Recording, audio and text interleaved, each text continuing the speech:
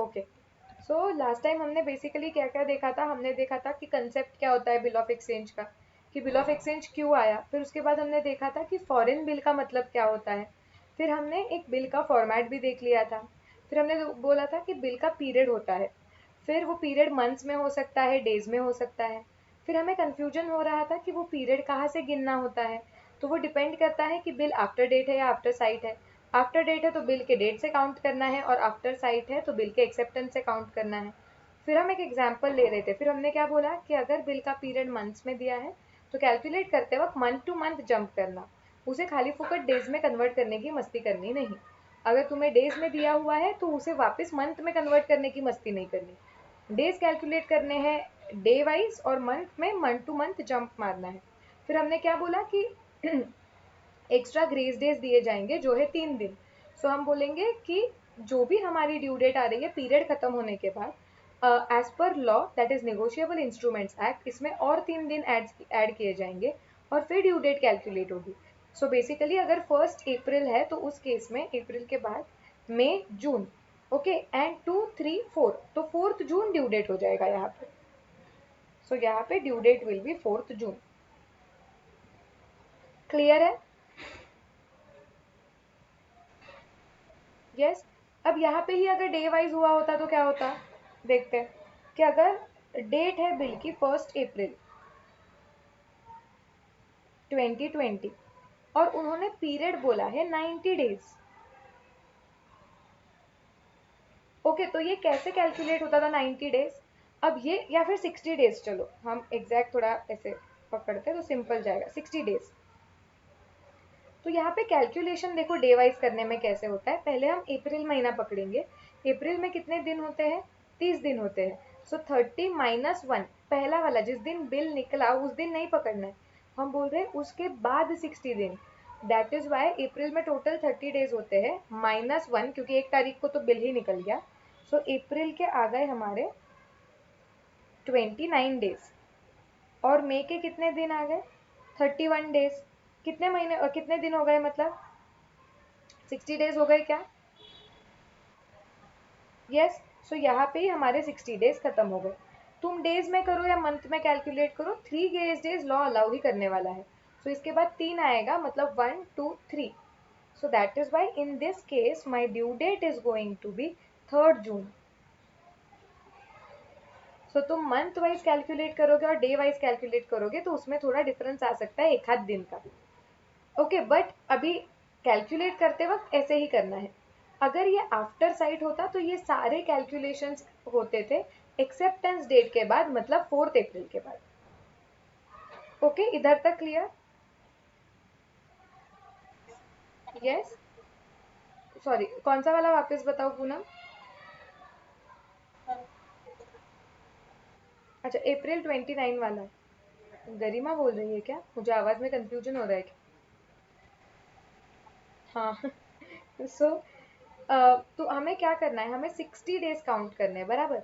मतलब 1 अप्रैल के बाद 60 दिन बाद हम पैसे लेने जाएंगे। सो 1 अप्रैल गिनना नहीं है, उसके बाद के 60 डेज गिनने हैं। तो मतलब उसके बाद 60 डेज मतलब क्या, अप्रैल महीने में 29 बचे, क्योंकि अप्रैल में टोटल 30 दिन थे, पहला दिन तो गिनना ही नहीं है, तो बचे हुए 29 पकड़े।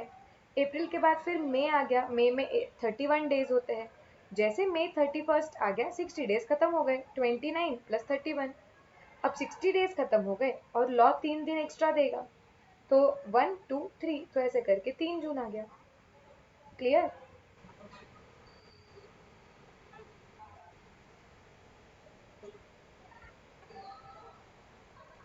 हाँ, नेक्स्ट डे से, मतलब 31 को हमारा ड्यू डेट है, उसके बाद के 3 दिन, मतलब 1 2 3, third is your due date.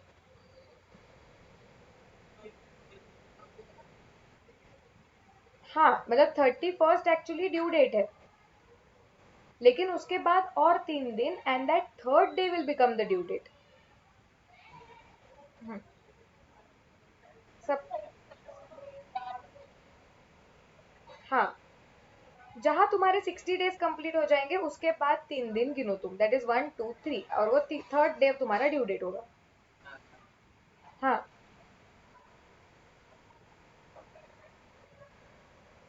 तो अभी क्या मैं वापस बताऊँ? पूरा पूरा वापस बताओ क्या? कुछ भी नहीं सुना?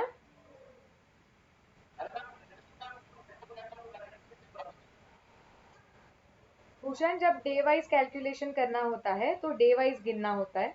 1 अप्रैल को अगर मैंने बिल निकाला हुआ है तो मुझे उसके बाद के 60 डेज काउंट करने हैं। कैसे काउंट करूंगी मैं 1 अप्रैल के बाद के 60 डेज? इसके लिए 1 अप्रैल गिना नहीं जाएगा। फिर अप्रैल में टोटल कितने दिन होते हैं? 30, मतलब पहला तारीख तो नहीं कैलकुलेट हुआ, मतलब अप्रैल में 29 डेज कवर हो गए।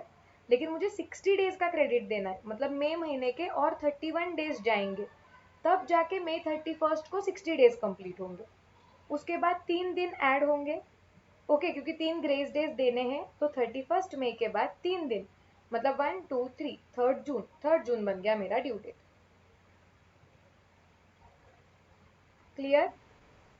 यस। लिखना है तो लिख लो, लिख लो। अच्छा, आयुष ने खत्म कर दिया जल्दी।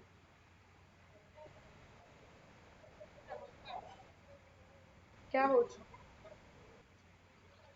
देखो लड़कियां ऑनेस्ट है, तू शाइनिंग मार रहा था, उन्होंने बोला मैम ये कुछ भी शाइनिंग मार रहा है, हो गया है ये ऑलरेडी।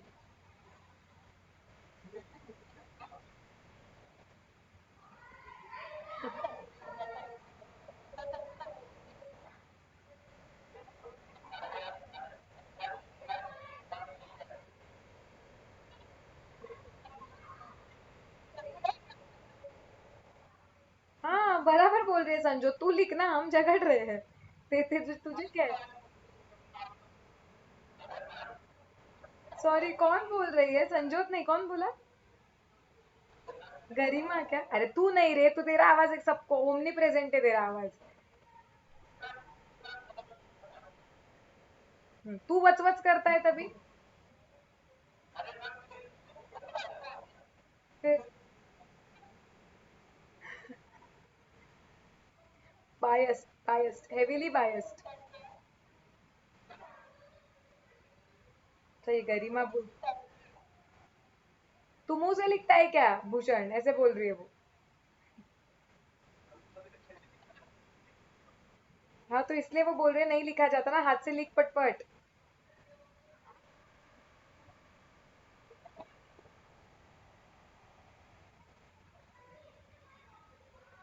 अरे मुझे कुछ तो करना था, मैं भूल गई।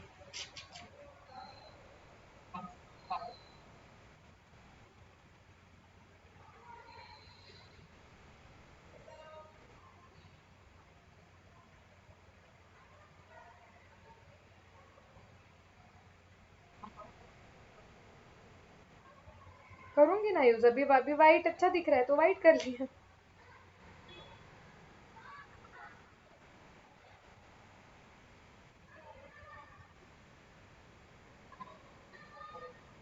वाह वाह वाह, मुझे ऐसा फिल्मी बनने का कोई शौक नहीं है।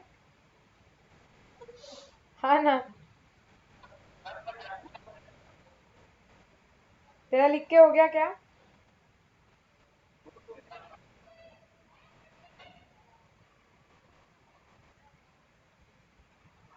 चलो स्टार्ट करते हैं आगे का। अब देखो, ये ग्रेस डेज ऐड करने के बाद निगोशिएबल इंस्ट्रूमेंट एक्ट क्या बोलता है कि अगर तुमने ये 3 ग्रेस डेज ऐड कर दिए, इसके बाद अगर तुम्हारा जो ड्यू डेट है, if that due that comes on any public holiday,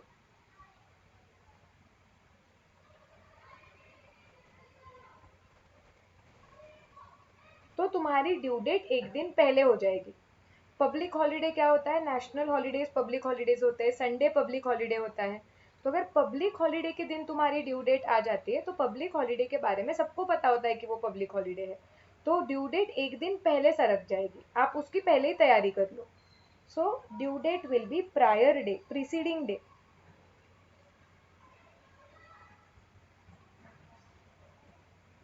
और अगर जिस दिन ड्यू डेट आ रहा है अचानक से इमरजेंसी हॉलीडे हो गया, ओके, अभी इमरजेंसी हॉलीडे, पहले ही एग्जाम्पल देने को बहुत प्रॉब्लम आता था, लेकिन इमरजेंसी हॉलीडे अभी हम बोल सकते हैं कि अचानक से ड्यू डेट थी हमारी, नॉर्मल वर्किंग डे था और अचानक से गवर्नमेंट ने हॉलीडे डिक्लेयर कर दिया, लॉकडाउन डिक्लेयर कर दिया। ऐसे हो सकता है, अभी इस बार हमने कितने ऐसे देखे लॉकडाउन। सो ऐसे अगर इमरजेंसी हॉलीडे आ गया है तो उस केस में फिर due date, you can not prepare for this, तो उस केस में ड्यू डेट नेक्स्ट डे चला जाएगा, that is the succeeding day, next day.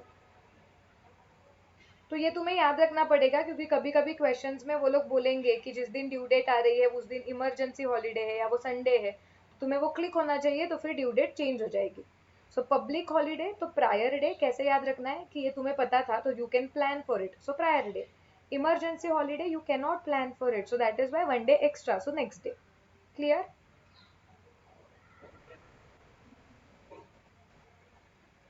Yes. So I guess how to calculate due date या मैच्योरिटी डेट, उससे रिलेटेड सारे concept मैंने कवर कर लिए हैं।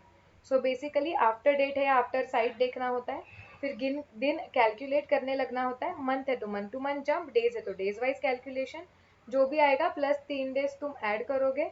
ओके। और जो भी ड्यू डेट आएगा, तो वो जो ड्यू डेट आएगा वो अगर पब्लिक हॉलीडे है तो प्रीसीडिंग डे, अगर इमरजेंसी हॉलीडे है तो नेक्स्ट डे, और कोई हॉलीडे नहीं है तो सेम डे। चलो।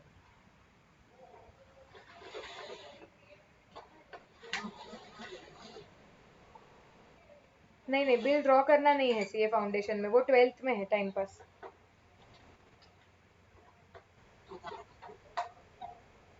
क्या? तुम्हें नहीं था? तुम्हें 11वीं में था क्या? हाँ, वो बोर्ड वाइज डिफर करता है, यूजुअली सीबीएसई वगैरह वाले जो बोर्ड है उनको कभी कभी कुछ 11th में है, एचएससी बोर्ड वालों को 12th में है।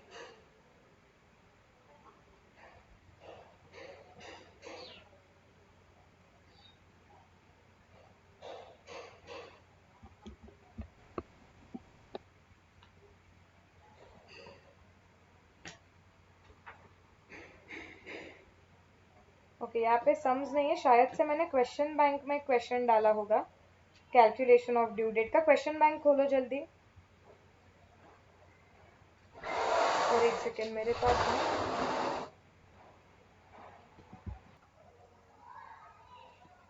फर्स्ट क्वेश्चन ही करना है।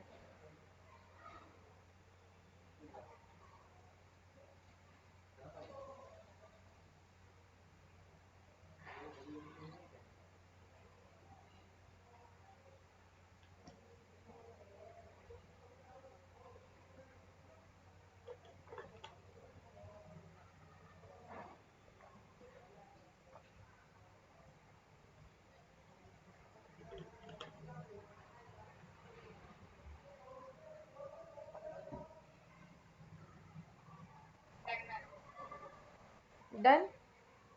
चलो, now let's start checking this. अगर तुम्हारा 1 जनवरी 2017 है और 2 महीने बोले हैं, सो जनवरी के बाद फेब्रुअरी, फेब्रुअरी के बाद मार्च, सो 1 मार्च, और उसके बाद 2, 3, 4, 4th मार्च आया क्या पहले का आंसर? यस। 28 जनवरी है, अब उसके बाद एक महीना, सो 28 जनवरी के बाद एक महीना कब खत्म होगा? 28 फरवरी को। 28 फरवरी के बाद 3 दिन कैलकुलेट करने हैं, तो चेक करो कि लीप ईयर है क्या, लीप ईयर है क्या ये? जब भी कोई साल 4 से डिवाइड होता है तो लीप ईयर होगा, सो 2017 4 से नहीं डिवाइड होता है तो लीप ईयर नहीं है, सो डायरेक्टली 1 मार्च आ जाएगा, फिर 1, 2, 3, 3rd मार्च आना चाहिए यहाँ पे।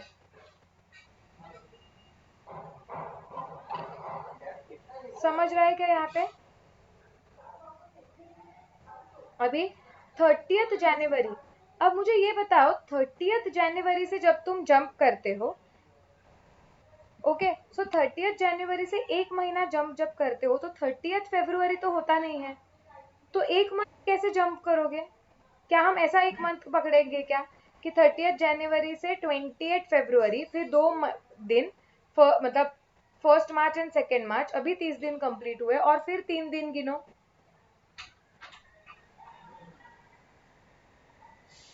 सो बेसिकली जब तुम मंथ टू मंथ जंप करते हो, if there is no corresponding date, मतलब अगर 30 जनवरी है और तुम जंप करते वक्त सामने वाले महीने में 30th है ही नहीं, तो वो महीने की जो आखिरी दिन है उसे मंथ एंड माना जाएगा। मतलब जब 30 जनवरी है और तुम जंप कर रहे हो और 30 फरवरी, ऐसा कोई डेट ही नहीं है, तो वो महीने का जो आखिरी दिन है विच इज 28 फरवरी, उस दिन महीना खत्म हो रहा है ऐसे गिना जाएगा। ओके, और फिर उसके बाद वापस से तुम्हारे 3 दिन कैलकुलेट होंगे विच इज 1 2 3। तो ये केस में भी तुम्हारी ड्यू डेट 3 मार्च ही आने वाली है। ये सबको समझा क्या? इसे रिवीजन मार्क करके रखो कि if there is no corresponding date in the next months, then while jumping from one month to another you have to take the last date of that month। अब नेक्स्ट क्या है? 30 अप्रैल, अप्रैल के बाद मई जून, 30 जून है। Okay, फिर जून के बाद 1 2 3, 3 जुलाई आया क्या?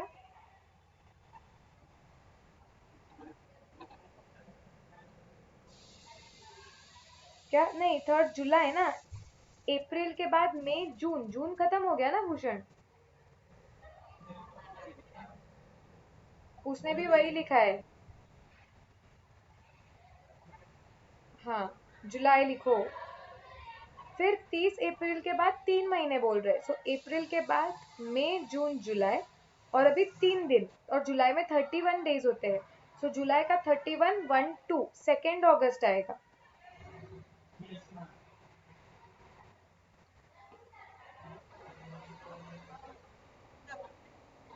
हाँ, तो बराबर ना, तीसरा महीना कब खत्म होगा? मंथ टू मंथ जंप ना, 30 अप्रैल से, अप्रैल से मई, मई से जून, जून से जुलाई, 30 जुलाई। और फिर 3 दिन, तो 31 1 2।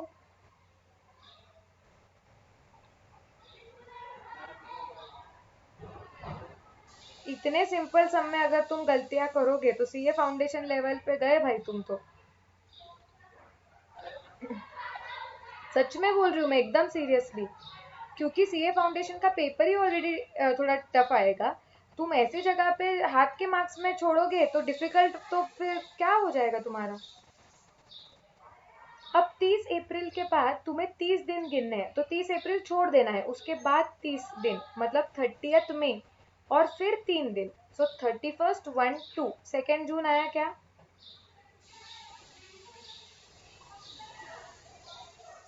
आ रहा है कि नहीं आ रहा है? यस। अभी 1 दिसंबर, अरे यार लाइट्स चली गए,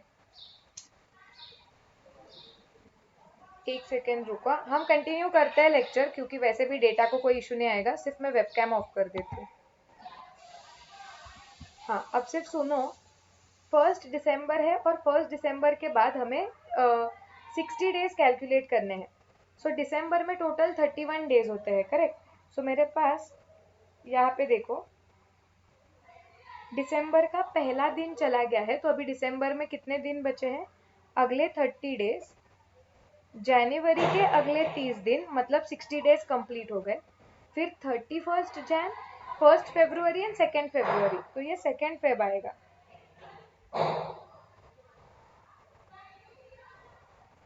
यस, समझा सब लोगों को? यस। एंड 20 दिसंबर है, एक सेकेंड ना, ईयर सब बराबर से देखो फर्स्ट, ठीक है? हाँ, 28 दिसंबर है, 2015 बोल रहे हैं वो, और 2 महीने गिनने हैं।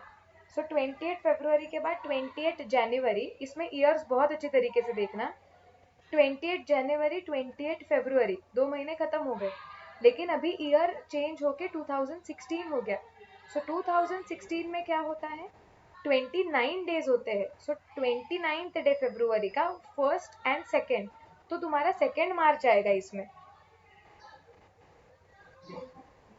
यहाँ पे गलती होने के स्कोप है।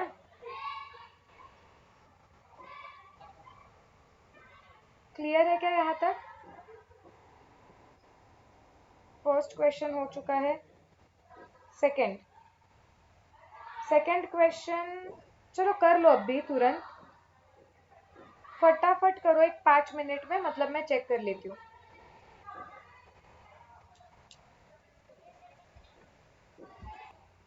चलो सबका हो गया है तो चेक कर लेना है क्या? देखते हैं। पहला क्या बोल रहे हैं वो लोग? 23 नवंबर, ठीक है, नवंबर के बाद 2 महीने, सो दिसंबर जनवरी, सो 23 जनवरी आ गया, उसके बाद 3 दिन मतलब 24 25 26, 26 जनवरी को आ रहा है, लेकिन 26 जनवरी हॉलीडे होता है, रिपब्लिक डे। सो उसका मतलब ये पब्लिक हॉलीडे है तो 1 डे प्रायर आ जाएगा, मतलब 25 जैन आना चाहिए। यस आया करेक्ट। अब उसके बाद 27 नवंबर है। हाँ, फिर नवंबर के बाद क्या आता है, दिसंबर जनवरी फरवरी, सो 27 फरवरी एंड ईयर 2016 हो गया है। सो ईयर 2016 है मतलब 28 फेब होगा, 29 फेब होगा और 1 मार्च।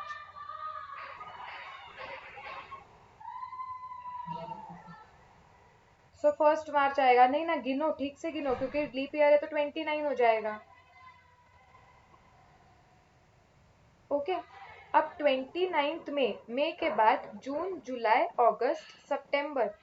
ओके, सो 29 सितंबर, फिर 31 टू 2 अक्टूबर आ गया, बट 2 अक्टूबर पब्लिक हॉलीडे होता है, गांधी जयंती।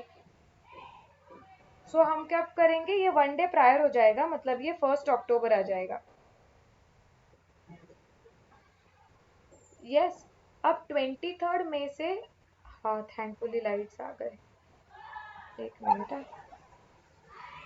हाँ, अभी हम क्या बोल रहे थे कि 23 मई से 60 डेज, मई में टोटल कितने दिन होते हैं, 31 डेज, जिसमें से 23 तो चले गए, मतलब 8 डेज मई के 8, मई के बाद जून, तो जून के 30, तब 38 डेज हो गए, -60, मतलब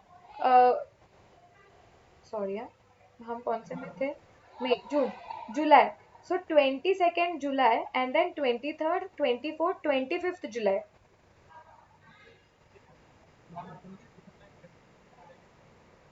हाँ, और नीचे लिखा है 25 को इमरजेंसी हॉलीडे, तो ये हो जाएगा +1 = 26 जुलाई। क्या, नहीं नहीं, तुम 26 डायरेक्ट लिखोगे तो भी चलता है। हाँ, 13 जुलाई और उसके बाद 30 days, so basically total 31 days होते हैं, जिसमें से तुम माइनस करके 13 निकाल लो तो जुलाई के 18 बचे, अगस्त में 12, फिर 13 14 15, 15 अगस्त को आया, अगेन पब्लिक हॉलीडे, मतलब ये 14 अगस्त हो गया।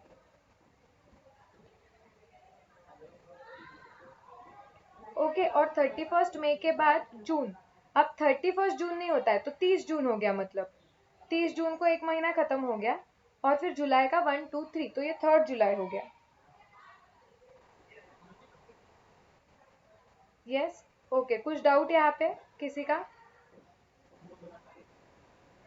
No, okay, now let's go ahead, एक ही सेकेंड से। ओके, सो ड्यू डेट कैसे निकालने हैं वो क्लियर हो गया है। अब हम आगे जाते हैं। अब एक बार बिल ड्रॉ हो गया ना, अब हम देखते हैं कि वो बिल के साथ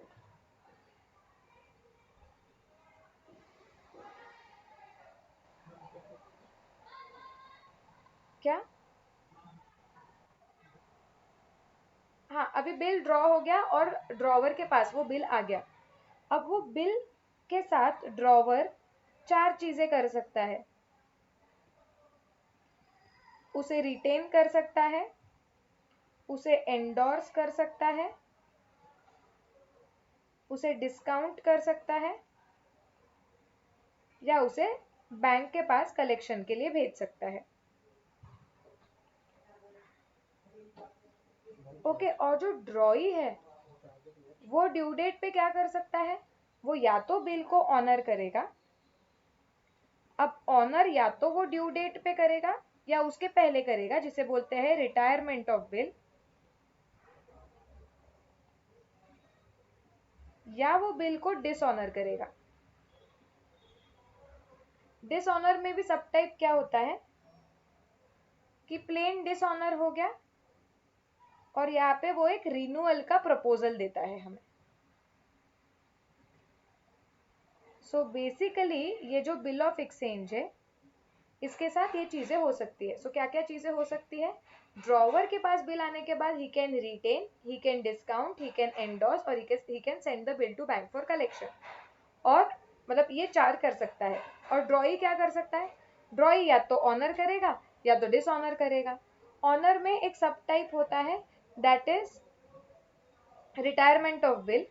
ओके। और जो डिसऑनर होता है, वो डिसऑनर में वो एक एक्स्ट्रा प्रपोजल दे सकता है रिन्यूअल का। ये सारा चीजें हमें देखना है। अब ड्रॉवर बिल के साथ क्या क्या कर सकता है with all the case of honour and dishonour, ये फटाफट अभी हम खत्म करेंगे आज। ठीक है, सारी चीजें आज नहीं खत्म होंगी बट कल तक खत्म हो जाएंगे। चलो ये ड्रॉ कर लो अपने बुक में पहले।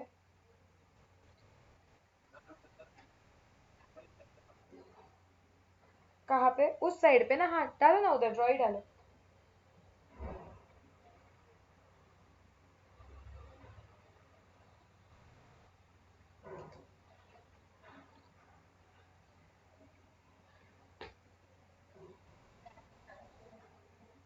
ऐसे कैसे हो गया इतने फास्ट? मेरे साथ ही लिख रहे थे क्या?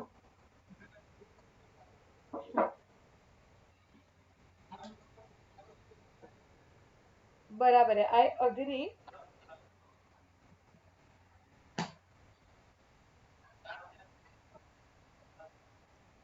और जब मैम ने बोला लिखना है तो तब सिर्फ लिखना है भूषण।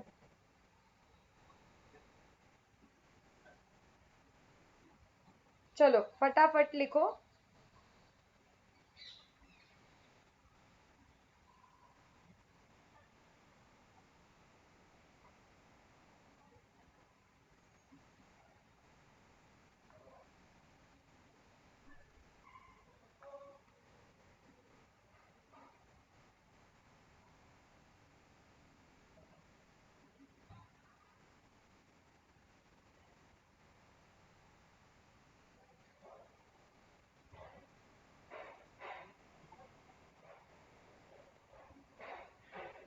डन है क्या? यस। अब हेडिंग दो, रिटेंशन ऑफ बिल।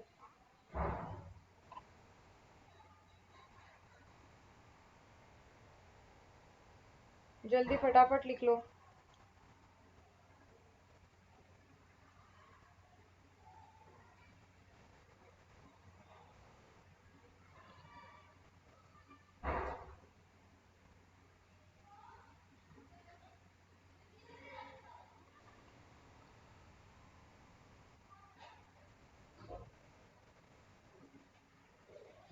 हो गया? यस। अभी हेडिंग दे दो, retention of the bill.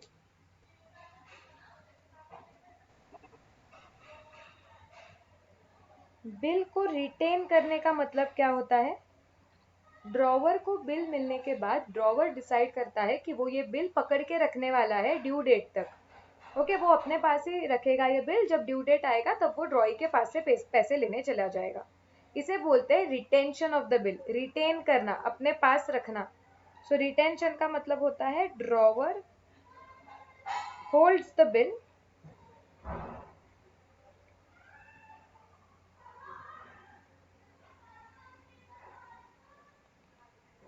Till due date. Okay, अब हम अकाउंटिंग एंट्रीज देखेंगे इन केस ऑफ रिटेंशन। अभी पेज को 2 पार्ट में डिवाइड कर दो।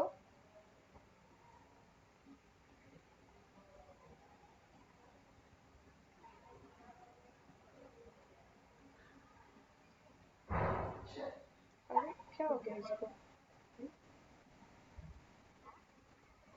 क्या? हाँ मतलब एक साइड पे हम ड्रॉवर के बुक्स की एंट्री लिखेंगे और दूसरे साइड पे ड्रॉवर के ड्रॉई के बुक्स में।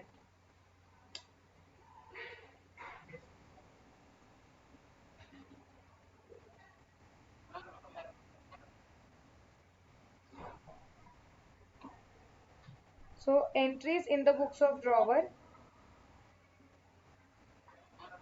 हाँ, कुछ नहीं किया है, सिर्फ लिखा है कि बिल को रिटेन करना मतलब drawer holds the bill till due date. अब हम रिटेंशन के केस में एंट्रीज देखेंगे।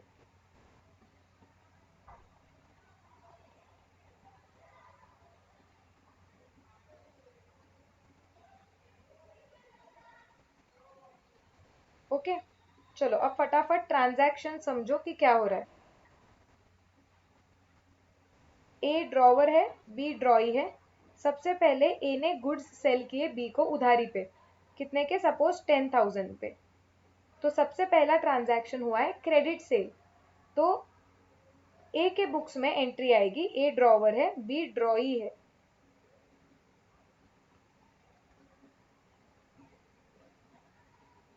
ओके, अभी ए के बुक्स में पहली एंट्री क्या आएगी, बी अकाउंट डेबिट,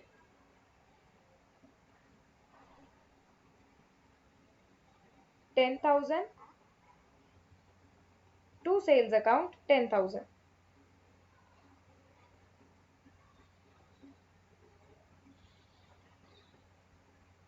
क्लियर। और ड्रॉई के बुक्स में एंट्री क्या आएगी, परचेजेस अकाउंट डेबिट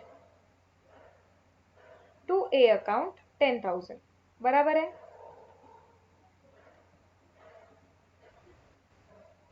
यस। अब ए को क्या चाहिए था, ए को कुछ तो डॉक्यूमेंटरी प्रूफ चाहिए था। इसके लिए ए ने बनाया बिल। ये बिल उसने भेज दिया बी के पास। बी जिस दिन ये बिल पे साइन करेगा उस दिन वो बिल एक्सेप्ट हुआ। ए ने बिल ड्रॉ करके अपने पास रखा, कोई फर्क नहीं पड़ेगा, unless and until the other person accepts the bill, that bill has no legal validity. So that is why only when the other person accepts the bill तब हम बिल का कुछ एंट्री मारेंगे। ओके, सो बी ने bill बना दिया, sign, sorry, B ने bill को एक्सेप्ट कर दिया और वो बिल वापस से ए के पास भेज दिया कि हाँ भाई मुझे ये मंजूर है। जिस दिन बिल एक्सेप्ट हो जाएगा उस दिन उसकी लीगल वैलिडिटी हो जाएगी। उस दिन ए अपने बुक्स में एंट्री मारेगा, ये उसे बिल मिल गया, ये बिल उसे अधिकार देता है पैसे कलेक्ट करने का। सो this is a asset, debit word comes in, so bills receivable account debit.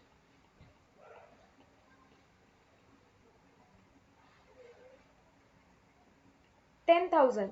और वो बोलेगा अब मुझे पैसे ये बिल के तहत आने हैं, ये बिल मेरी एसेट है। ओके, तो it is as good as मुझे बी से पैसे आ गए, क्योंकि अभी मुझे पैसे किससे आने हैं, ये बिल से, बी से नहीं, बी ने मुझे बिल दे दिया। So B is the giver. So B का अकाउंट कैंसिल कर देगा, ही विल से बी से मुझे कुछ आ गया है तो बी का अकाउंट कैंसिल कर दो। एंड क्या मिला है, एक एसेट मिली है बिल, जो मुझे अधिकार देता है पैसे रिसीव करने का। So bills receivable account debit to B account. So this is being bill received. मैं नरेशन अभी नहीं लिख रही हूँ, नरेशंस तुम्हें आ जाएंगे खुद लिखने के लिए। और बी के बुक्स में एंट्री क्या आएगी, बी बोलेगा मेरा ए का जो देना था वो कैंसिल हो जाएगा, तो क्रेडिट कैंसिल हो गया डेबिट से।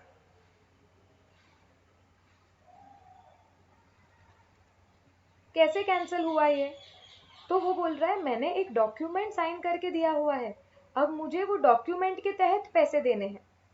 ठीक है, तो वो जो डॉक्यूमेंट है that is bills payable. Okay, B के लिए तो ये बिल्स पेएबल है। बिल्स पेएबल ये एक रिप्रेजेंटेटिव पर्सनल अकाउंट होता है, क्योंकि ये रिप्रेजेंट करता है कि कुछ लोगों को पैसे देने हैं, credit the creditor, and that is why entry will be A account debit to bills payable account which is 10,000। Are we clear? Okay, अब इन दोनों को ये कॉमन एंट्रीज है, ये हर केस में होती है, क्योंकि हर केस में ए उधारी पे बेचेगा बी को, बी से पैसे आने होंगे, इसके लिए ए बिल बनाएगा, बी बिल को साइन करके दे देगा। तो दीज आर कॉमन एंट्रीज, ये हर केस में आएगी। फिर बिल आने के बाद अलग अलग चीजें हो सकती है, तो तुम इसे मार्क करके ये लिख सकते हो that these will be common entries in each case। Her case में ये तो आना ही है। यहां तक क्लियर?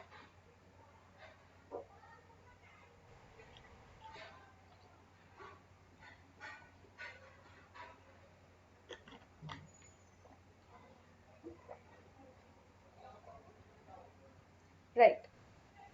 अब क्या हो गया, भूषण मेरे साथ लिखो, ये चैप्टर बहुत इजी है, हमें थोड़ा फास्ट कंप्लीट करना है ये। तो तू मैम मैम क्यों बोला? हाँ अच्छा ठीक है। तो चलो ये हो गया। अब बिल मिल गया। अब ड्रॉवर अपने पास बिल रखने वाला है। सॉरी क्या हुआ, किसी ने कुछ बोला क्या? नहीं लिखा क्यों? फटाफट लिख लो, और अभी एंट्रीज मेरे साथ ही लिखना, फटाफट।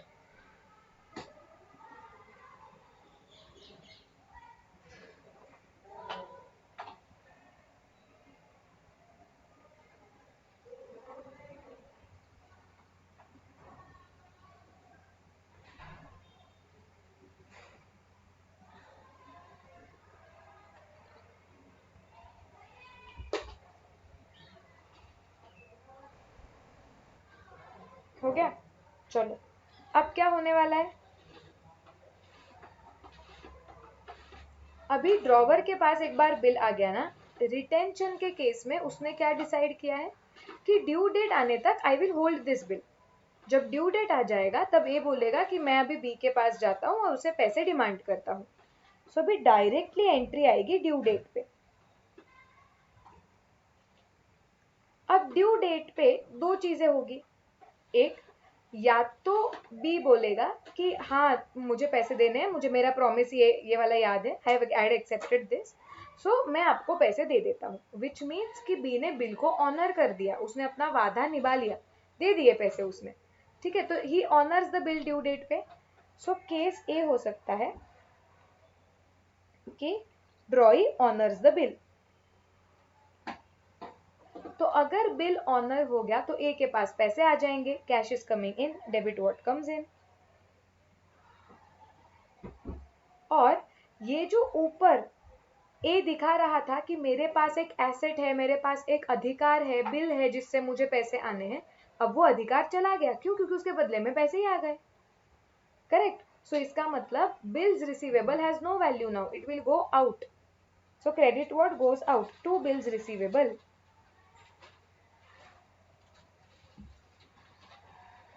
which is 10,000।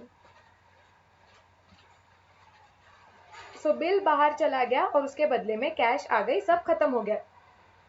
क्लियर?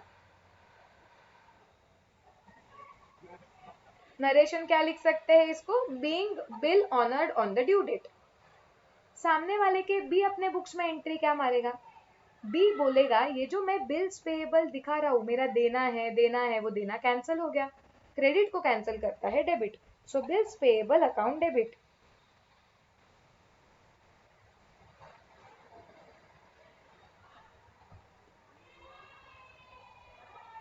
कैसे ये तुम्हारा देना कैंसिल हो गया? क्योंकि वो बोलेगा मैंने पैसे दे दिए ना। So to cash account 10,000। So entry आ गई bills payable account debit to cash account being bill honoured on due date.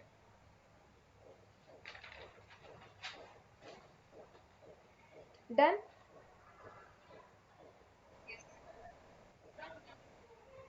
Yes. Case B अभी।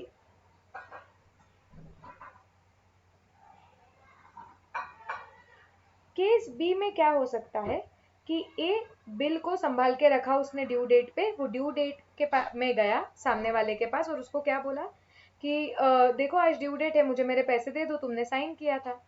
सामने वाला बंदा बोलता है कि अरे मेरे पास ना पैसे नहीं है, थोड़ा इशू है, पैसे नहीं है मेरे पास, I can not give you money, I can not honour the bill. तो बिल डिसऑनर हो गया अभी, इसे बोलते हैं डिसऑनर। उसने अपना प्रॉमिस मतलब वादा निभाया नहीं। Okay, he did not honour it. तो भी एंट्री क्या आएगी? अब ए बोलेगा यार मुझे ये बिल के तहत पैसे मिलने का अधिकार था, उसने तो नहीं बोल दिया, ये बिल की कुछ वैल्यू ही नहीं रही आज ड्यू डेट पे, तो ये निकाल दो बाहर। So bill is going out to bills receivable, it is going out.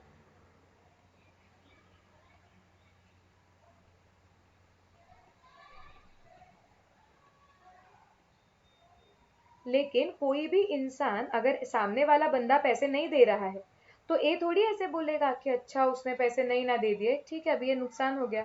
ऐसे थोड़ी होता है, कोई भी बिजनेसमैन और ट्राई तो करेगा, उसको बोलेगा नहीं और थोड़े दिन के बाद दो, फिर फॉलो अप करेगा, ऐसे कैसे तुम मेरे पैसे नहीं दोगे। सो वो बोलेगा कि ये बिल के तहत मुझे पैसा नहीं आएगा अभी, दिस ये बिल खत्म हो गया इसका due date, but this does not mean कि तुम उससे पैसा आना छोड़ोगे, तुम वापस उसके अकाउंट को डेबिट करोगे, डेबिट द डेटर, कि बी से पैसा आना है, ये उसने मुझे ये दे दिया था बिल, मुझे एक अधिकार मिल चुका था, सो इसलिए मैंने बोला था कि बिल ने कुछ दे दिया है, बी का अकाउंट मैंने कैंसिल कर दिया था।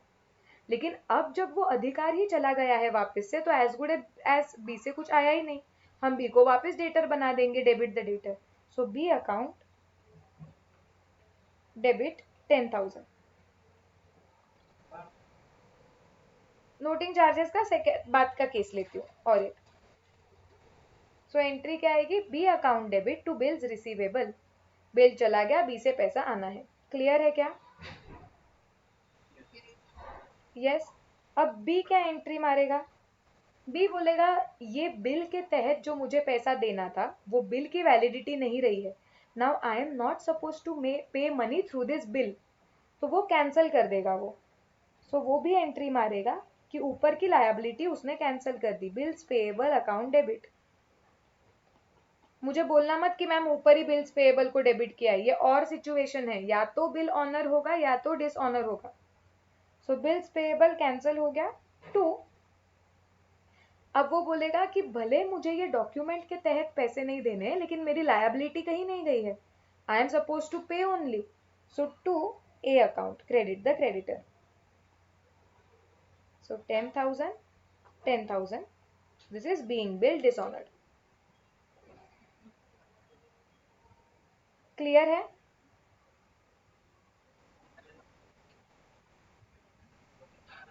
हम्म, being bill dishonored on due date.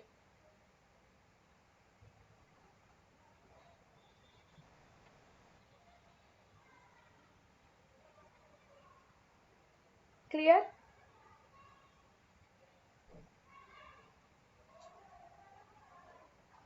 और एक चीज हो सकता है, केस सी। केस सी क्या है, इसमें भी ड्यू डेट पे ए बिल लेके जाएगा बी के पास, और वो बी को बोलेगा भाई पैसे दे दे। वो बोलेगा कि मैं पैसे नहीं दे सकता हूँ, मेरा फाइनेंशियल पोजीशन है नहीं। तो बोलता है ठीक है भाई, और वो ये एंट्री मार देता है, B account debit to bills receivable. ठीक है, फिर वो बहुत फॉलो अप करता है बी के पास, लेकिन बी सपोज पैसे नहीं देता है, तो ये बोलता है यार अब मेरे पास कोई ऑप्शन नहीं है, मैं जाऊंगा कोर्ट में और मैं कोर्ट से पैसे वसूल करूंगा ये बंदे से। ठीक है, तो वो कोर्ट में जाता है, और कोर्ट में जब कोर्ट बुलाता है बी को, तो वो और कोर्ट बोलता है कि तुम पैसे क्यों नहीं दे रहे हो, यू तुमने गुड्स खरीदे, तुमने लीगल डॉक्यूमेंट पे साइन करके दिया था, और तुम दे ही नहीं रहे हो। तो फिर बी ऐसे बोल सकता है वहां पे कि मैंने कब बोला कि मैं पैसे नहीं देने वाला हूँ, मैं तो देने के लिए तैयार था, यही बंदा मुझे ना पूरे, इसको कुछ तो खुन्नस है मुझसे, मुझे ये लीगल फॉर्मेलिटीज में सब मेरा टाइम वेस्ट हो, ये मुझसे कुछ तो खुन्नस निकाल रहा है, प्लस पूरे सोसाइटी में भी मेरा नाम खराब करके रखा है, मैं ही उल्टा केस करता हूँ इस पे।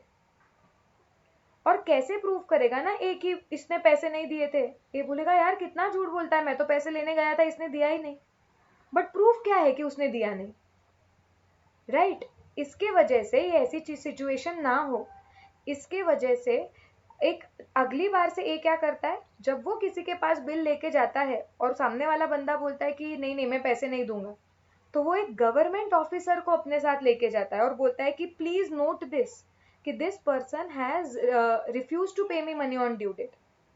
ओके, तो वो जो गवर्नमेंट ऑफिसर होता है ना, वो बिल पे क्या करता है, एक स्टैंप मारता है और लिखता है कि आई हैव नोटेड दिस, कि ये तारीख को ये समय पे this person has refuse to pay the amount, ताकि अगर ये चीज कोई कोर्ट में जाए तो there will be a legal proof कि ही डिड नॉट पे। अब कोई भी गवर्नमेंट ऑफिसर जब आएगा आपके साथ ये काम करने के लिए, तो he is not going to do this free of cost, you will have to pay him money, that amount is called as noting charges. noting, he's noting the fact that he did not pay the amount. So case C में ऐसे हो सकता है कि the bill was dishonored and the drawer paid noting charges। ठीक है, तो इसकी एंट्री क्या आएगी पहले देखो, पहले ये कंसेप्ट क्लियर है क्या नोटिंग का?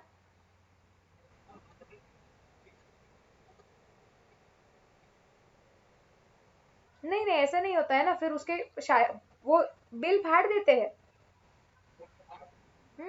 फाड़ देंगे।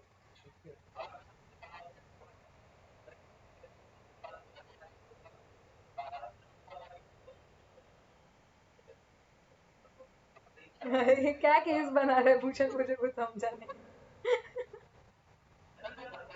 अरे क्या, लेकिन मुझे समझा ही नहीं क्या हो सकता है, वापस बता। कंफ्यूजिंग केस बना है।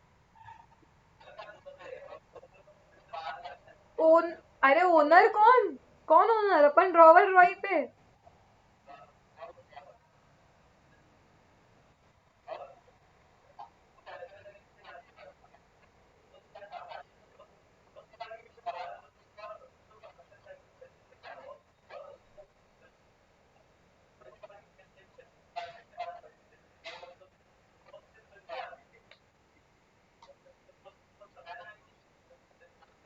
हाँ अच्छा, ऐसे बोल रहे तू। करेक्ट है, लेकिन एक वो प्रूफ करेक्ट है, लेकिन उस केस में ये तो ये भी तो बोल सकता है ना बंदा कि अरे ये तो ये दोस्त है, ये तो मिला हुआ है। तू मुझे बता सेफर साइड, कोर्ट किस पे ज्यादा विश्वास करेगा? गवर्नमेंट ऑफिसर ने किया हुआ नोटिंग, या ये बंदे तेरे फ्रेंड का मानेगा? बेटर बेटर क्या है हमारे लिए? हाँ, तो इसके लिए कुछ कुछ लोग सेफर साइड, क्योंकि रिस्क है ना वापस से वही, कि तुम कोर्ट में जाओगे, कोर्ट के चक्कर कौन काटेगा? उससे अच्छा थोड़ा पैसे दे के नोटिंग करवा के ले लो ना, वो ज्यादा बेटर है। ठीक है। यस। तो अभी चलो इसकी एंट्री मारेंगे हम कि इस केस में एंट्री क्या होगी। तो सी क्या बोलेगा? ड्यू डेट पे बिल तो डिसऑनर ही हो चुका है, तो अगर बिल डिसऑनर हो चुका है तो bill is going out. So credit what goes out, bills receivable को हमें क्रेडिट करना पड़ेगा कि ये बिल का कोई वैल्यू नहीं है, इसके तहत तो भाई मुझे कुछ पैसे अभी मिलेंगे नहीं, ड्यू डेट खत्म हो गई इसकी। प्लस हमने वो नोटिंग वाले के लिए वो नोट इसको पैसे दे दिए, तो cash is also going out. So to cash account 100। अब आइडियली क्या होगा ना, ए क्या बोलेगा कि यार, वो बी को बोलेगा ये 10,000 भी मैं तुमसे वसूल करूंगा और ये नोटिंग के पैसे भी मैं तुमसे वसूल करूंगा, तूने पैसे नहीं दिए टाइम पे, इसके लिए मुझे ये खर्चा एक्स्ट्रा मेरे सिर पे आया है। So he is going to recover entire 10,100 from home, from B. So B again becomes the debtor, debit the debtor. So B account debit here will be 10,100.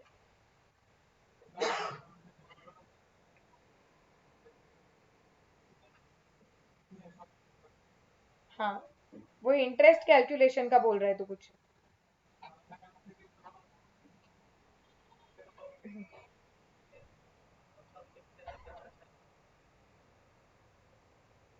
क्यों नहीं वसूल करेगा ना, वो प्राइमरीली तो बी के वजह से ही ए को ये खर्चा आया है सिर पे। तो वो ले सकता है ना पैसे, वो बोलेगा अरे क्या है, ये तो क्या है, तुम्हारे वजह से मुझे ये खर्चे आ रहे हैं तो मैं तुमसे वसूल करूंगा।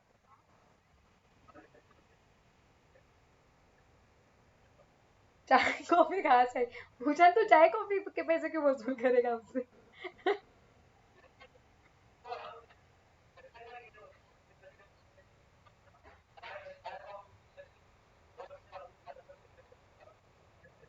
अच्छा, ये कुछ अलग ही बनाता है भूषण।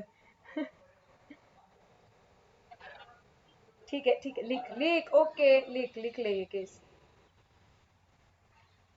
अब बी के बुक्स में एंट्री देखो क्या है, बिल तो डिसऑनर ही हुआ है इस केस में भी, तो हमें बिल्स पेएबल को तो कैंसिल करना पड़ेगा। सो बिल्स पेएबल अकाउंट डेबिट हो गया, कि ये लायबिलिटी बिल के तहत जो थी वो कैंसिल हो गई। प्लस बी को 100 रुपीज उसको एक्स्ट्रा पे करने हैं, ये बी का खर्चा हो चुका है because of dishonour. So debit all expenses and losses, so noting charges account debit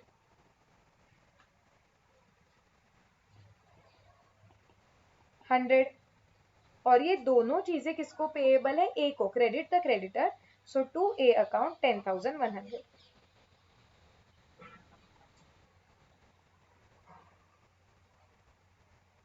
हो गया खत्म सबका। अब अब लड़के एकदम स्पीड में लिखते हैं। मैं लिख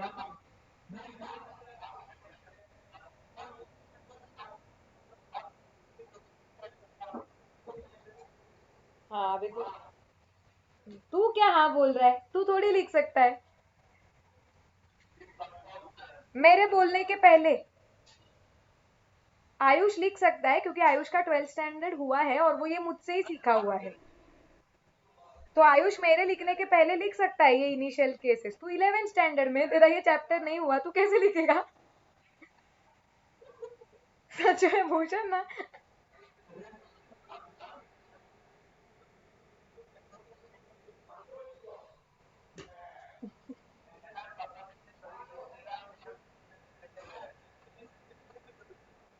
ए चलो रे, लिखो पट पट, टाइम पास मत करो।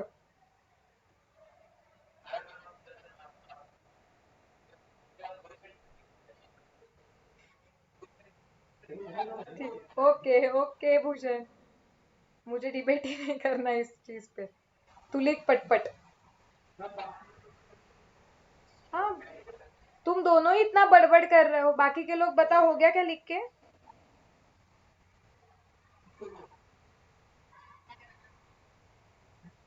डन हो गया, कब का हो गया। चलो, रिटेन रिटेन का कंसेप्ट क्लियर है। सो रिटेन के केस में drawer is going to hold the bill till due date, और फिर क्या एंट्रीज होगी हमने देख लिया। चलो एक बार देखते हैं कि रिटेंशन से रिलेटेड क्यूबी में कोई है क्या। नहीं होंगे क्यूबी में, अभी डायरेक्ट डेंजर क्वेश्चंस ही होंगे।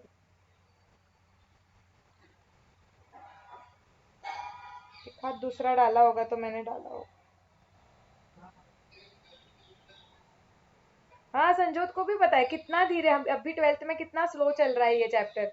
कितने दिन हो गए हमारा यही चैप्टर चल रहा है 12th में, अभी देखो तुम्हारे केस में एक वीक के अंदर खत्म हो जाता है ये चैप्टर।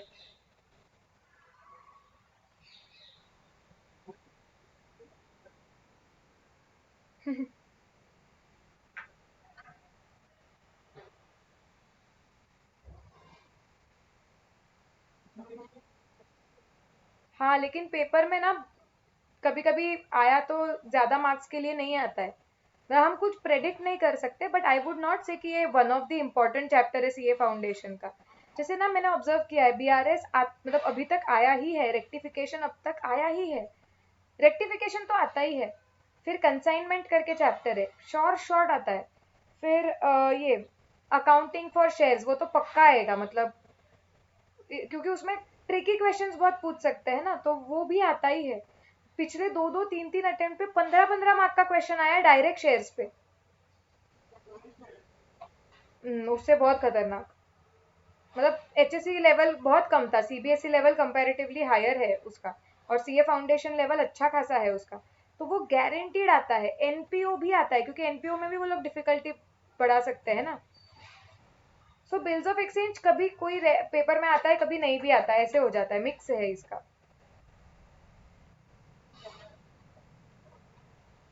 हाँ ना, इसमें कुछ ज्यादा है नहीं। आया तो ना 5 से 6 मार्क को मैक्सिमम आता है ये, इसलिए फटाफट कंप्लीट कर देंगे ये चैप्टर को।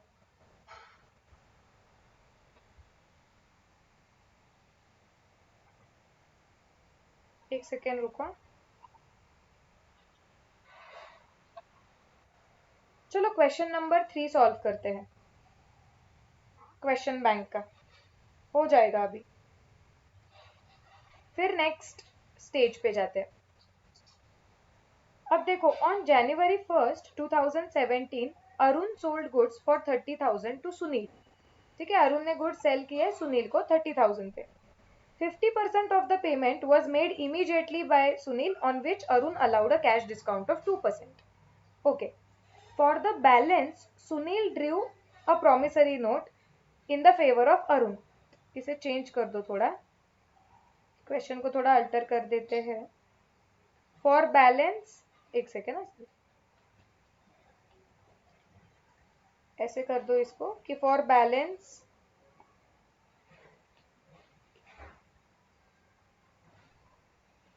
Arun Drew a bill of exchange on Sunil payable after 20 days. Since the date of maturity of bill was on public holiday, Arun presented the bill on a day as per the provision of Negotiable Instrument Act, which was met by Sunil. State the date on which bill was presented and journalize the above transaction in the books of Arun and Sunil. तो सबसे पहले due date निकालो. Due date निकालो पहले bill का. उन्होंने बोला है ना, state the date on which bill was presented. कौन से डेट पे बिल प्रेजेंट होगा?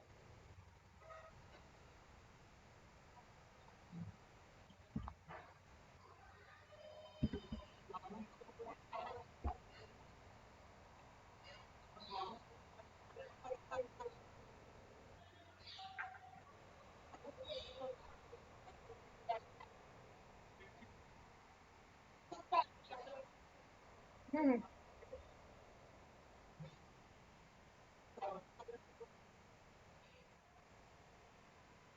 तुम मुझे ड्यू डेट बताओ. 23 जनवरी 2017. ठीक है. अरे क्या, देखते हैं ना. अरे सारे पब्लिक हॉलीडे आयुष, मैं बताती हूँ तू क्या सोच रहा है. तू सोच रहा है कि 26 जनवरी पब्लिक हॉलीडे हो रहा है, 23 को क्या है, 23 को संडे आ गया तो फिर उन्होंने क्वेश्चन में बोला है ना it is a public holiday. अभी वो बोल रहे it is a public holiday, तो कशाला मस्ती करनी.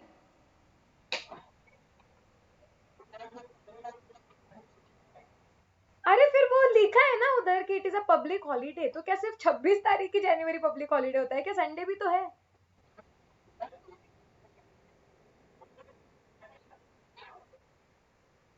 हाँ हाँ, भूषण तो ऐसा सपोर्ट करता है ना आयुष को. हाँ, तुझे क्या पता. हाँ, ठीक है. हाँ सही है, एकदम सही है. चलो चलो. सो ड्यू डेट क्या आएगा? सबका 23rd आया है या किसी को कोई और आंसर देना है? 22nd. ओके चलो देखते हैं. सो 1 जनवरी को बिल निकाला. After that 20 days. तो 1 जनवरी के बाद जब तुम 20 डेज कैलकुलेट करते हो, सो 21 जनवरी आ गया. फिर 21 के बाद 22, 23, 24, सो 24th जैन आया. 24th जैन, लेकिन उन्होंने बोला है कि it is a public holiday. Date of maturity of bill was on public holiday. So वो 24th पब्लिक हॉलीडे आ गया. सो अभी एक दिन पहले आ जाएगा which is 23rd Jan. So 23rd Jan is the due date. Clear है क्या? सबको 23rd जैन कैसे आ रहा है वो क्लियर है? हाँ.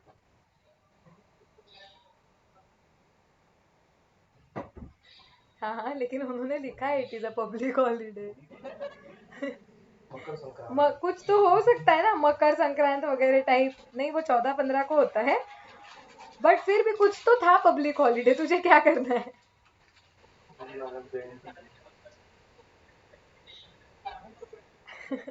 तो भी भूषण बोलेगा संडे तो. चलो.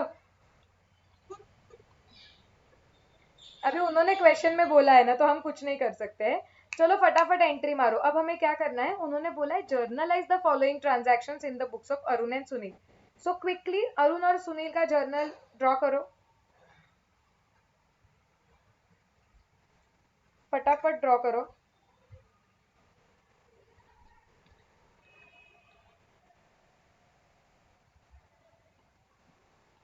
ये क्यूबी का थर्ड क्वेश्चन है. दोनों के बुक्स में अकाउंटिंग करना है, तो दो जर्नल्स ड्रॉ करना, बराबर से हेडिंग देना इन द बुक्स ऑफ. जर्नल का फॉर्मेट ड्रॉ करो.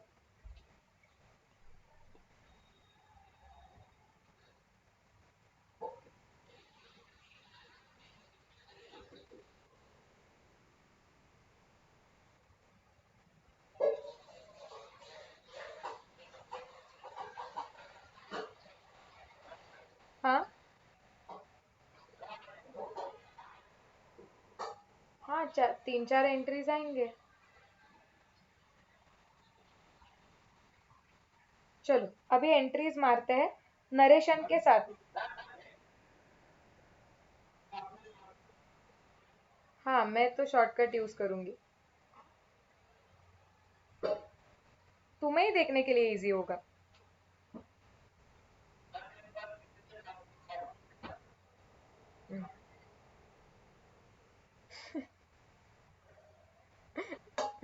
अरे भूषण तेरा पोपट डे, पोपट डे, पोपट ही हो रहा है तेरा।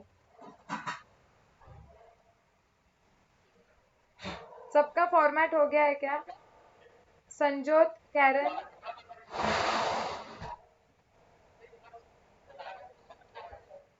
सॉरी। ए भूषण रुक रे जरा। हाँ बोलो। अरे लड़कियां बोलो।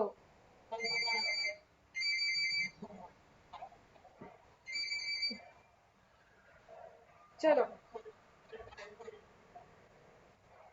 हाँ उसके ग्रह ग्रहमान अच्छे नहीं चल रहे थे तभी। चलो आई होप सबका हो गया है, और नहीं हो गया है तो मुझे कुछ फर्क नहीं पड़ता, अभी फोकस करो चलो फटाफट। अब 1 जनवरी पे सबसे पहले, 1 जनवरी पे अरुण ने गुड्स सेल किए हैं सुनील को 30,000 के, तो एंट्री मारो पहले। लिखो 2017। हाँ ये ना, अभी एक सेकंड रुको, अब ये पेंसिल तकलीफ देगी, उसका चार्जिंग खत्म हो गया।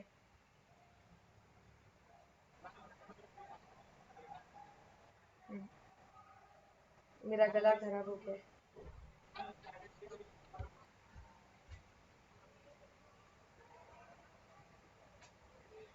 चलो तो 1 जैन पे सबसे पहले अरुण के बुक्स में एंट्री क्या आने वाली है? सेल्स की एंट्री आने वाली है कि सुनील अकाउंट डेबिट। अब ट्रांजैक्शन क्या हुआ है कि उसने सुनील को गुड्स सेल कर दिए 30,000 के। 50% ऑफ पेमेंट तभी ही मिल गया इमीडिएटली, और इसके वजह से हमने कैश डिस्काउंट दिया 2% का। ठीक है, तो अब मैं कंबाइंड एंट्री मारती हूँ। कंबाइंड एंट्री में क्या होगा, मुझे पता है कि मेरा सेल्स 30,000 का हुआ है, मुझे 50% पेमेंट सुनील से आ रहा था, तब मैंने उसे कैश डिस्काउंट दिया है। सो मेरी एंट्री देखो क्या होने वाली है, ये एंट्री तुम्हें अभी मारने आनी चाहिए कि सुनील अकाउंट डेबिट आएगा, मुझे पता है क्योंकि कुछ पैसा तो सुनील से आना बाकी है अभी। सो सुनील को डेबिट कर देंगे। कैश मिलेगी, सो कैश अकाउंट डेबिट हो जाएगा क्योंकि उसने थोड़ा पैसा कैश में दिया है। जब वो कैश में देने आया तो मैंने उसको डिस्काउंट दिया। So debit all expenses and losses, so cash discount account debit to sales account. So total sales में कितना आएगा? 30,000। करेक्ट, ये सेल्स का 30,000 इंटू 50%, मतलब वो 15,000 मुझे देने आएगा। लेकिन जब वो 15,000 देने आएगा तो वो मुझे डिस्काउंट बोलेगा दो, और मैं डिस्काउंट कितना देना है मुझे? 2%, राइट। सो इंटू 2% मतलब 300 रुपए। सो कैन आई से मुझे डिस्काउंट देना पड़ेगा 300 का, मतलब 14,700 कैश में आएंगे। बचे हुए 50% अभी भी नहीं आया है, so Sunil is debit the debtor 15,000। Yes no? इस दिन के लिए ही जर्नल में बहुत टाइम डाला था हमने कि ये एंट्री समझे तुम्हें। सो आई होप ये एंट्रीज क्लियर है। यस। सुनील देखो क्या एंट्री मारेगा, सुनील भी एंट्री मारेगा परचेजेस अकाउंट डेबिट। हाँ लिखो ना तुम लोग नरेशन। हाँ लिख दो। Goods sold on so goods sold to Sunil 50% amount received in cash and 2% cash discount allowed.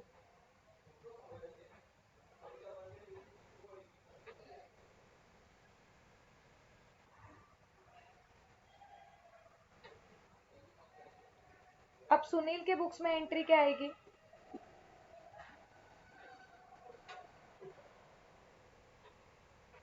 Purchases account debit 30,000 to cash बाहर जा रही है, टू कैश अकाउंट 14,700। डिस्काउंट मिला है, to discount received 300 and to Arun account, Arun को पैसे पेएबल है, that is 15,000। Are we clear?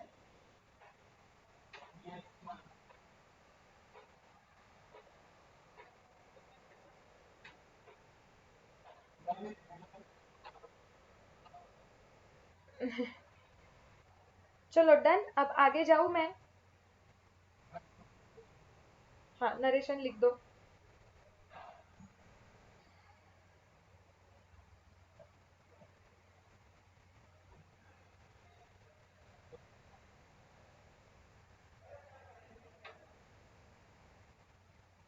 Done. चलो अभी आगे क्या बोल रहे हैं क्वेश्चन में।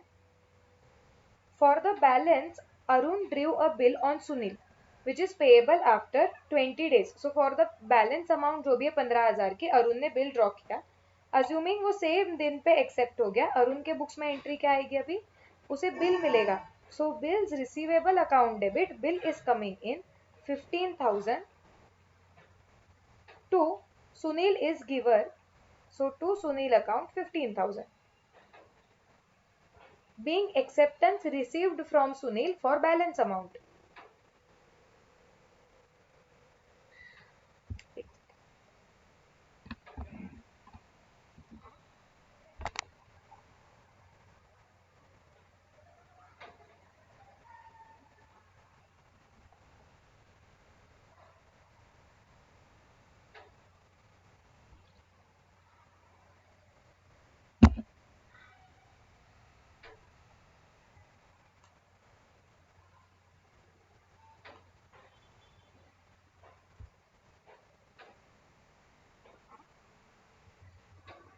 क्लियर। और सुनील एंट्री क्या मारेगा, Arun account debit,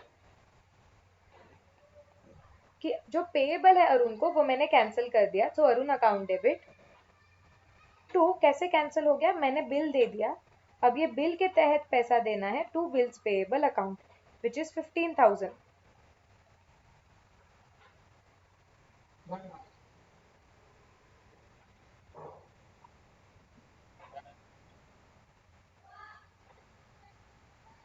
done. Okay. अब क्या बोल रहे हैं वो लोग, अब बिल 20 दिन का ही था, तो 20 दिन तक इसने पकड़ के रखा बिल को। ओके। अभी payable after 20 days since the date of maturity was a public holiday, Arun presented the bill as per the provisions of negotiable instrument act, मतलब ही 23 तारीख को, 23 ही आया था ना अपना, हाँ 23 तारीख को। ओके। सो अभी क्या हुआ, और 23 तारीख को bill was met by Sunil, मतलब सुनील ने ड्यू डेट पे बिल को ऑनर कर दिया, तो हम 23 तारीख को एंट्री मारेंगे अभी डायरेक्ट। सो हम बोलेंगे जैन 23 को पैसे तो मिल गए, तो एंट्री आएगी अभी कैश अकाउंट डेबिट टू, अभी बिल बाहर चला गया, टू बिल्स रिसीवेबल 15,000,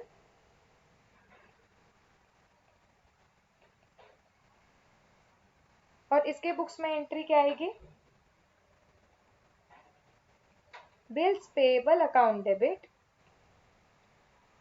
मेरा देना कैंसिल हो गया और मैंने दे दिया, टू कैश अकाउंट 15,000।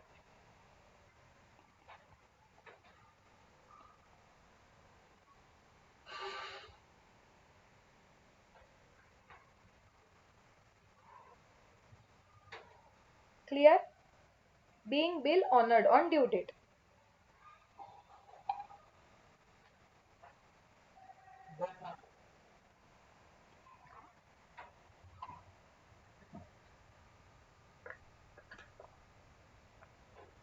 खत्म हो गए एंट्रीज, इतने सिंपल एंट्रीज होते हैं रिटेंशन के।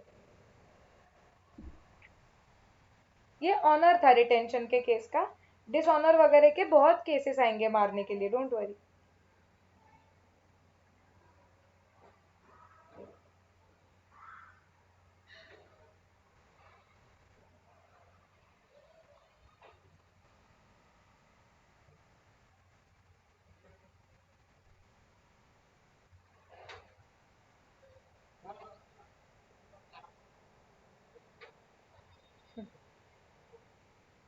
हाँ, 1 घंटा 10 मिनट हो गए एक्चुअली, उससे उससे भी ज्यादा, क्योंकि हमने रिकॉर्डिंग बीच बीच में पॉज करते हैं ना।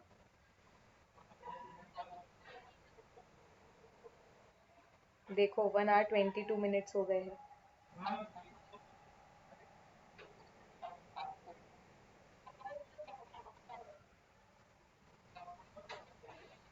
कॉल फिरे।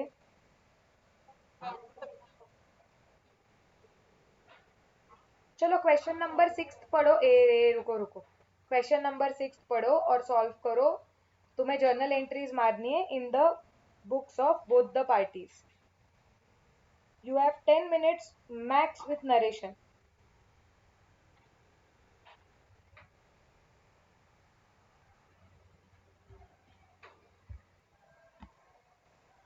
क्या बोला है? On 1st January 2014, X sold goods to Y for 20,000 less 2% cash discount.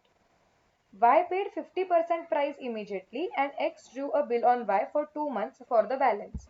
So 1st January को तुम्हारे क्या क्या एंट्रीज आने चाहिए X के बुक्स में?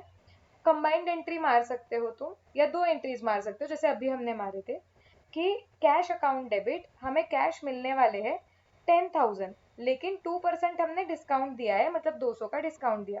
सो cash account debit 9,800, discount allowed debit 200, Y account debit 10,000 to sales 20,000. ठीक है. एंड वाई के बुक्स में एंट्री क्या आएगी?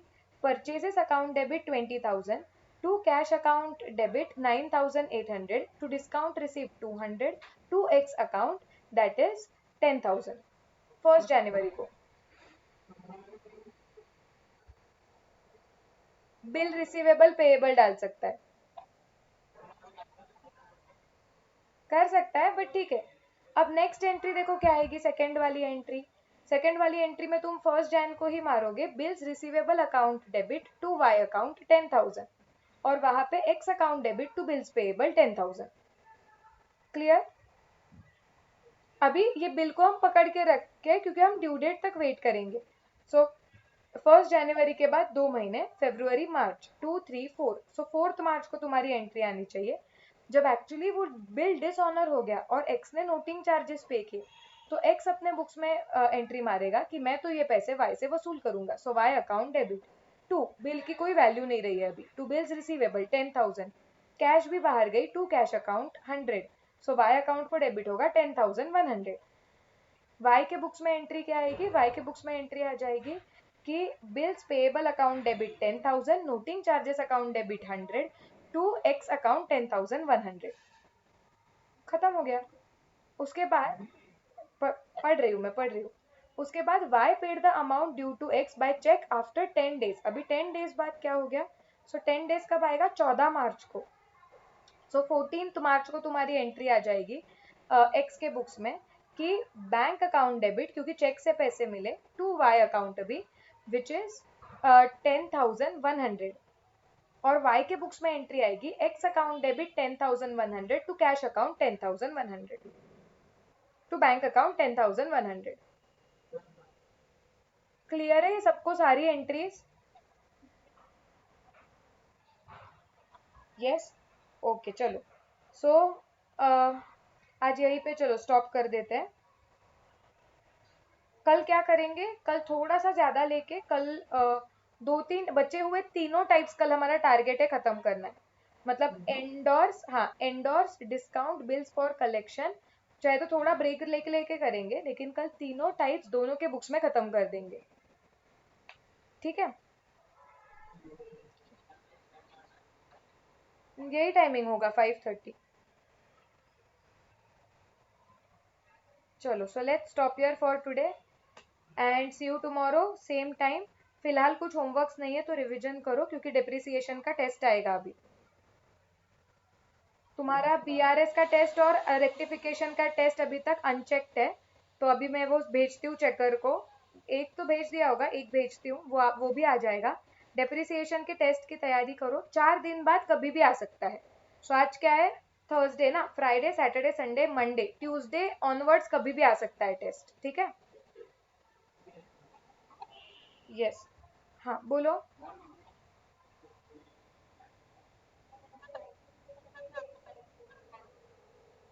पहले रेक्टिफिकेशन कंप्लीट कर लो ना गरिमा.